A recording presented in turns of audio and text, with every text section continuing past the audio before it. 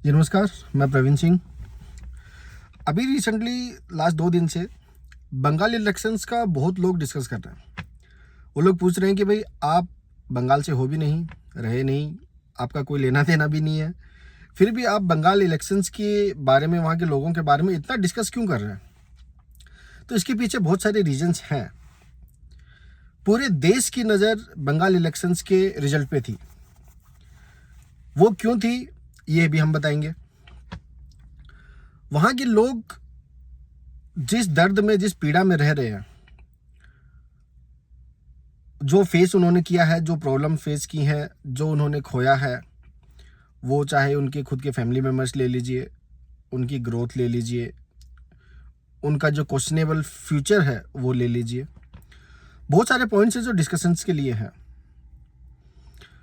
वहाँ पे बीजेपी की गवर्नमेंट ने जो अपना काम किया है, बहुत मेहनत की है, 2 सीटों से लेके, और आई थिंक फ्रीडम के बाद फर्स्ट टाइम बीजेपी वहाँ पे रूलिंग पार्टी बन रही है और बहुत बड़े मार्जिन से वो लोग जीत के आए हैं।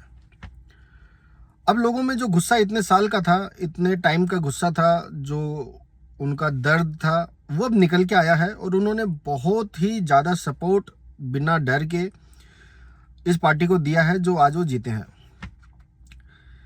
अब ये डर क्या था, लोग क्यों इतने घबराए हुए थे, लोग क्यों ऐसे अनसेफ इन्वायरमेंट में रह रहे थे, वो क्या थे, ये भी लोगों को जानना चाहिए। स्टार्ट करेंगे कि वहाँ पे लोग इतने अनसेफ थे कि उनको अपने भगवान की पूजा तक करने के लिए गवर्नमेंट के अधीन रहना पड़ता था। वहाँ पे कुछ बहुत सारे टेम्पल्स को बंद कर दिया गया, ये बोल के कि कम्युनिटी हर्ट हो जाएगी, वहाँ पे दंगा फसाद होंगे, गुस्सा हो जाएंगे लोग। लोगों ने हिम्मत दिखाई, लोगों ने कंप्लेंट की, कोर्ट तक बात पहुँची। कोर्ट ने सारी फाइंडिंग्स निकालने के बाद ये जजमेंट दिया गया कि यहाँ ऐसा कुछ नहीं है, तो ये टेम्पल्स को ओपन कर दिया जाए। बट यहाँ पे आती है स्टेट गवर्नमेंट। वो कहते हैं कि अगर ये टेम्पल्स ओपन किए गए तो यहाँ पे हो सकता है दंगा फसाद हो, कोई कम्युनिटी हर्ट हो जाए, दंगे हो सकते हैं, झगड़े हो सकते हैं। इसलिए हम लोग सिर्फ साल में एक दिन, जिस दिन देवी माँ की पूजा होगी, जो उस दिन आएगा, सिर्फ उस दिन हम लोग इस टेम्पल को ओपन करेंगे। और ये बोल के सिर्फ साल में एक ही दिन उस टेम्पल को ओपन किया जाता है। अब फाइनली जब लोगों की जीत हुई है, उन्होंने सबसे पहले शाम के लेट इवनिंग जाके वो टेम्पल को बड़े ही भक्ति भाव से, बड़े खुशी से, बड़े जश्न के साथ ओपन किया गया है। और वहाँ पे ऐसा कोई दंगा फसाद, झगड़ा वगैरह कुछ नहीं है, 1% का भी ऐसा कोई वो नहीं है। तो यहाँ से आप समझ सकते हैं कि जो वहाँ की लोकल गवर्नमेंट थी, उसकी मेंटेलिटी या उसके डिसीजंस किस तरीके के थे। लोग इतने डरे हुए होते थे कि इलेक्शंस वाले दिन, रिजल्ट वाले दिन, इससे पहले अपने मर्जी से वोट तक नहीं कर पाते थे। उसके पीछे भी बहुत सारे पॉइंट्स हैं। पहली बात, जो स्टार्टिंग होती है, जिस दिन वोटिंग दी जाती थी, सुबह के 6-7 बजे लोग निकलना घर से स्टार्ट होंगे। वहाँ पे टीएमसी के गुंडे उनके घर के बाहर लॉक कर देते थे ताकि लोग घर से ही ना निकल पाए वोटिंग के लिए। और इसीलिए इतनी कम वोटिंग हमेशा आज से पहले होती आई है। जैसे इस बार इन्होंने दर्ज की है कि 90+ % जो वोटिंग, आई थिंक 95% या 90% से ज़्यादा की वोटिंग है, वो लोगों ने की है। और उसके अकॉर्डिंगली इस बार उनकी खुद की गवर्नमेंट वहाँ पे रूल करने जा रही है। लोग अगर घरों से बाहर निकल भी जाते थे तो रास्ते में फिर से टीएमसी पार्टी के लोग उनको मिलते थे, मारपीट करते थे, डराते थे, धमकाते थे कि भाई हमारी पार्टी को ही वोट देना है। लोग वोटिंग सेंटर पहुंचते थे, वहाँ फिर उनके पार्टी के लोग मिलते थे, जहाँ पे वोटिंग पैड्स पे दूसरी पार्टी के लोगो ही हटा दिए जाते थे, उसको छुपा दिया जाता था कि आप उसको वोट ही ना कर पाओ। जहाँ कहीं पे अगर वोट कर भी पाते हो तो उन बटन्स पे, दूसरी पार्टी के पे, वो इत्र या सेंट लगा देते थे कि अगर आपने दूसरी पार्टी को वोट किया और आप जैसे बाहर निकले तो वो लोग उसको चेक करते थे, स्मेल करते थे कि आपने दूसरी पार्टी को वोट दिया है क्या। अगर किया है तो फिर से आपके साथ मारपीट की जाती, आपको डराया धमकाया जाता। और ये सब देख के दूसरे लोग, ऑब्वियसली हर किसी को अपनी जान प्यारी है, अपनी फैमिली प्यारी है, तो वो लोग पीछे हट जाते थे।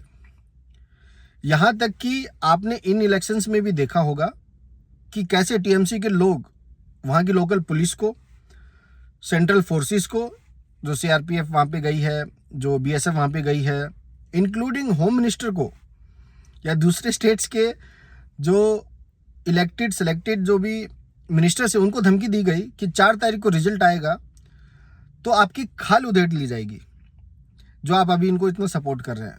आप अगर बंगाल में हैं, नहीं हैं, यहाँ से चले जाएंगे, आपको बंगाल खींच के लाया जाएगा और आपको यहाँ की जो लोकल प्रैक्टिस है उसके हिसाब से आपसे बर्ताव किया जाएगा, आपको सबक सिखाया जाएगा।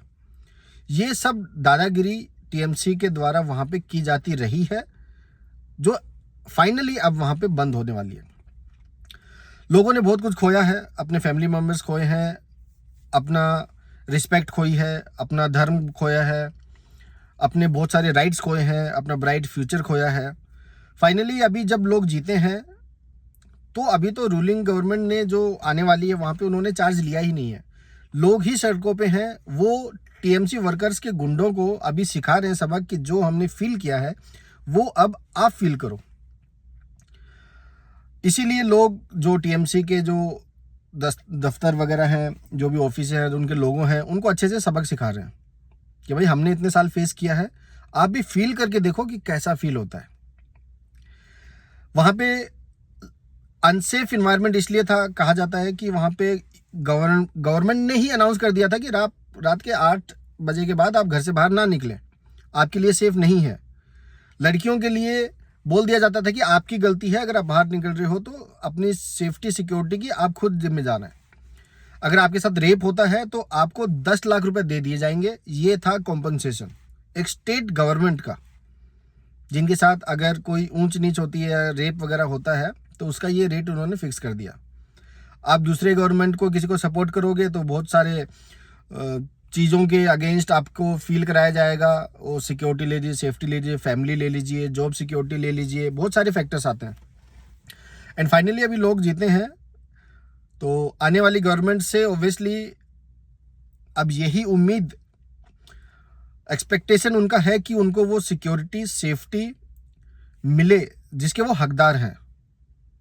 आज़ादी के इतने साल के बाद भी अगर किसी स्टेट्स में इस टाइप का अगर इन्वायरमेंट है तो आप सोच सकते हैं कि वहाँ की लोकल गवर्नमेंट्स उनको कैसे रखती होगी। जो एक गुंडागर्दी चल रही थी वो फाइनली बंद हुई है। उनको चैलेंज किया किसी पार्टी ने, चैलेंज वो एक्सेप्ट भी हुआ। लोग अभी भी उस बात को मान नहीं रहे हैं। सेंट्रल फोर्सेस ने बहुत अच्छा काम किया वहाँ पे, लोगों से वो डर खत्म हुआ। ए बिग सैल्यूट बंगाल के लोगों को, जो खुल के आए, निडर होके आए, उन्होंने वोट किया, जो आज तक का हाईएस्ट वोटिंग वहाँ पे हुआ है। और फाइनली एक करेक्ट गवर्नमेंट वहाँ पे आ रही है। इस गवर्नमेंट से भी यही उम्मीद की जा रही है कि वो उनकी सेफ्टी, सिक्योरिटी, उनके ब्राइट फ्यूचर के लिए काम करेंगे, ताकि वहाँ पे ज़्यादा से ज़्यादा लोग इन्वेस्ट करें, दूसरी बाहर की कंपनियाँ वहाँ पे इन्वेस्टमेंट करें, एक अच्छा माहौल वहाँ पे क्रिएट हो जो हेल्दी, सेफ हो, लोगों को ज़्यादा से ज़्यादा एम्प्लॉयमेंट मिले, वहाँ की पर कैपिटा इनकम लें या फिर वहाँ की सेफ्टी लें, वो सब में इंक्रीमेंट होना चाहिए। इसीलिए लोगों ने वोट किया है। तो फाइनली इसीलिए पूरे देश में बंगाल इलेक्शंस की डिस्कशन हो रही है। यही रीज़न है, क्योंकि सबकी आइज़ इस रिजल्ट पे थी। सब लोगों ने देखा है, सब लोगों ने महसूस किया, फील भी किया है वो चीज़ कि कैसे वहाँ के लोग क्या क्या फेस करके आए हैं। तो होपिंग फॉर द बेस्ट, एक अच्छी गवर्नमेंट बने, वहाँ पे अच्छे काम हो, डेवलपमेंट हो, और इसी की उम्मीद सब करते हैं। नमस्कार।